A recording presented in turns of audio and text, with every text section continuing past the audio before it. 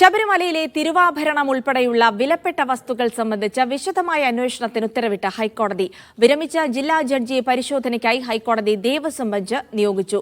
ദ്വാരപാലക ശില്പങ്ങളുടെ സ്വർണ്ണപ്പാളികൾ ഇളക്കി മാറ്റിയതുമായി ബന്ധപ്പെട്ട ക്രമക്കേടിനെ തുടർന്നാണ് ഹൈക്കോടതി നടപടി.